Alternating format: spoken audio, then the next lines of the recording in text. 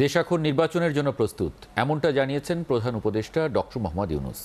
সোমবার কক্সবাজারে রোহিঙ্গা বিষয়ক আন্তর্জাতিক সম্মেলনের উদ্বোধনীতে তিনি আরও জানান, দেশের পরিস্থিতি নির্বাচন আয়োজনের জন্য স্থিতিশীল রয়েছে। ফেব্রুয়ারির ভোটের মাধ্যমে নির্বাচিত সরকারের কাছে ক্ষমতা হস্তান্তর করা হবে বলেও মন্তব্য করেন প্রধান উপদেষ্টা। বাংলাদেশ রাজনৈতিকভাবে গুরুত্বপূর্ণ সময় পার করছে। আমরা নির্বাচনের সময় ঘোষণা করেছি।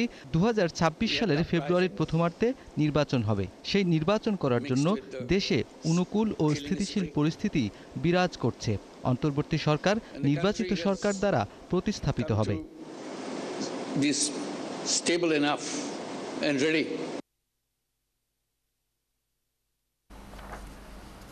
কক্সবাজারের আন্তর্জাতিক সম্মেলনের আরো খবর নিয়ে আমাদের সাথে যোগ দিচ্ছেন সহকর্মী মুজাহিরুল হক রুমেন।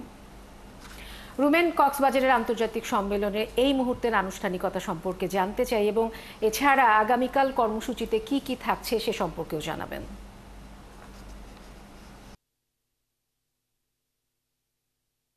আজকে সারাদিন জুড়ে অনেকগুলো সেশন হয়েছে। এখানে কিছুক্ষণ আগে হচ্ছে পলিটিক্যাল নেতাদের একটি সেশন ছিল এবং সেই সেশনটি মাত্র শেষ হয়েছে এবং এরপরই আরেকটি সেশন এবং তার পরবর্তীতে হচ্ছে একটি আনুষ্ঠানিক সংবাদ সম্মেলন আছে আজকের পুরো সারাদিনের ঘটনা নিয়ে।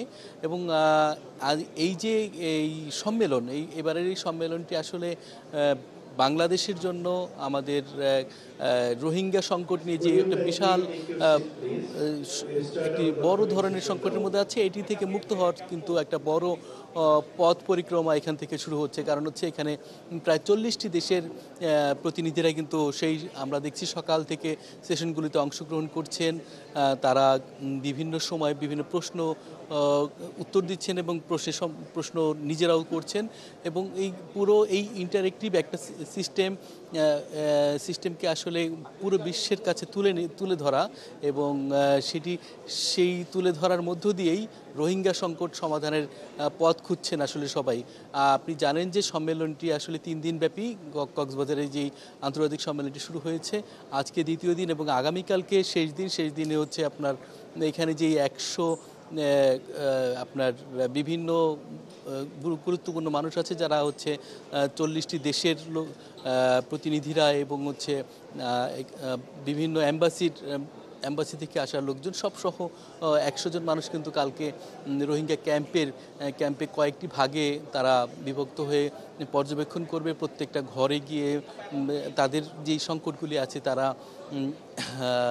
অর্থনৈতিক, স্বাস্থ্যগত এবং শিক্ষাগত যেসব সংকটগুলি আছে সেই সংকটগুলো সমাধানে তারা কি চায় তাদের সাথে কথা বলতে যাবে।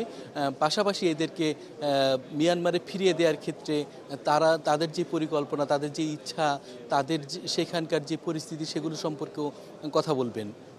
আপনি জানেন যে আমাদের সেই 2017 সালের আজকের দিনটিতেই কিন্তু আসলে বড় আকারে রোহিঙ্গাদের আসা শুরু হয়। কারণ হচ্ছে সেই দিন মিয়ানমারে রোহিঙ্গাদের উপরও ব্যাপক অত্যাচার এবং নিপীড়ন শুরু হয় এবং এরপরে হচ্ছে হত্যার ঘটনা ঘটে, যার ফলে খুব দ্রুত সময়ের মধ্যে বাংলাদেশে কিন্তু প্রায় 8 লাখ মানুষ এসেছিল সেই কয়েক সপ্তাহের মধ্যে।